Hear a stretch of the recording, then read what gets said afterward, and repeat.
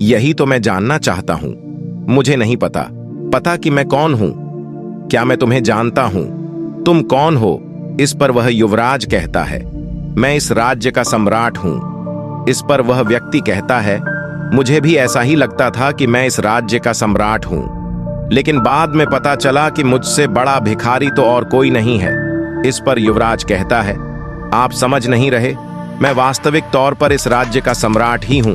इस पर वह व्यक्ति कहता है, हाँ, मैं जानता हूं कि इस राज्य के सम्राट तुम हो, लेकिन कभी इस राज्य का सम्राट मैं भी था, और मैंने ही अपने हाथों तुम्हारे पिता को यह राज्य सौंपा था, और तुम्हारे पिता मेरे सेनापति हुआ करते थे, और तुम्हें और तुम्हारे पिता को यह तक नहीं पता होगा कि जिस लड़की के लिए तुमने अपना घर बाहर छोड़ना चाहा था, जिस लड़की को तुम्हारे पिता ने मृत्यु दंड देना चाहा था, वह पुत्री मेरी ही है। यह सुन वह युवराज उस व्यक्ति के चरणों में गिर पड़ा और कहने लगा, मैंने अपने पिता से आपके बारे में बहुत कुछ सुना है।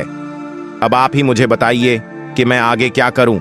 मुझे अब इस राज्य में कोई मन नहीं है, और ना ही मैं कोई सम्राट बनना चाहता हूं। इस पर वह व्यक्ति उस सम्राट के हाथों को पकड़ लेता है और उसे एक ऐसी जगह ले जाता है जहां पर एक विशाल वृक्ष था।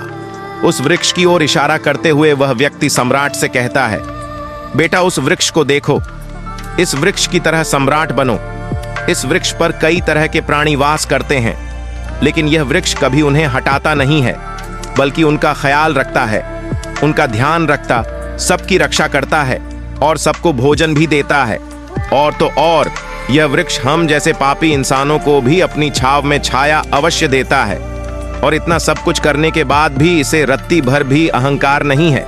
यही इस राज्य का असली सम्राट है।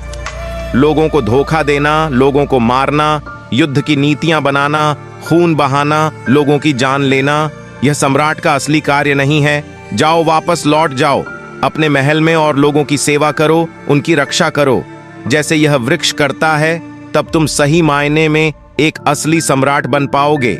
केवल लोगों को दिखाने के लिए नहीं, अपने आप को पहचानो, अपनी खुशी को पहचानो, जिसमें तुम्हें खुशी मिलती है वह कार्य करो। हम सब तो भटक चुके हैं और इस काल्पनिक दुनिया में यूं ही भटकते चले जा रहे हैं, जहां हर कोई हर किसी को बांधना चाहता है, अपने कब्जे में रखना चाहता है, अपने नीचे रखना चाहता है। जब तुम ध्यान से अपने आप को देखोगे, अपने आप को समझोगे, तब तुम्हें यह एहसास होगा कि हमारे विचार हमारे हैं ही नहीं, हमारी सोच हमारी है ही नहीं। हम जिस धर्म में जन्म लेते हैं, हम तो उस धर्म के बन जाते हैं। दोस्तों, हमारे जीवन में भी कुछ ऐसा ही होता है।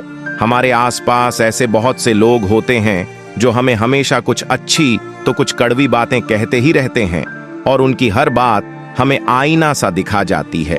लेकिन हम ऐसे लोगों को ढूंढते रहते हैं जो हमारी हाँ में हाँ मिला सके, वह हमारी गलती को गल ना कहे। और ऐसे लोग हमें बहका सकते हैं, क्योंकि हम पहले से ही बहकने के लिए तैयार बैठे हैं। जो भी कुछ हम कह रहे हैं, जो भी कुछ हम कर रहे हैं, वह सब सही है। हम कुछ ऐसे लोग चाहते हैं जो हमारे इस हाँ में हाँ मिला सके और हमारा साथ दे सके। दोस्तों, आपने आज के इस पोस्ट से क्या सीखा, वह मुझे आप कमेंट में बता सकते हैं। इसी के साथ में उम्मीद है कि आपको आज की पोस्ट पसंद आई होगी, तो इस पोस्ट को उस इंसान को शेयर करें जिससे यह कहानी सुनने की जरूरत है, और उसी के ठीक बाद वेबसाइट को सब्सक्राइब करें। तो चलिए फिर मिलते हैं ऐसी एक और नई पोस्ट में एक नए मैसेज के साथ। तब तक के लिए अपना ख्याल रखें। धन्यवाद।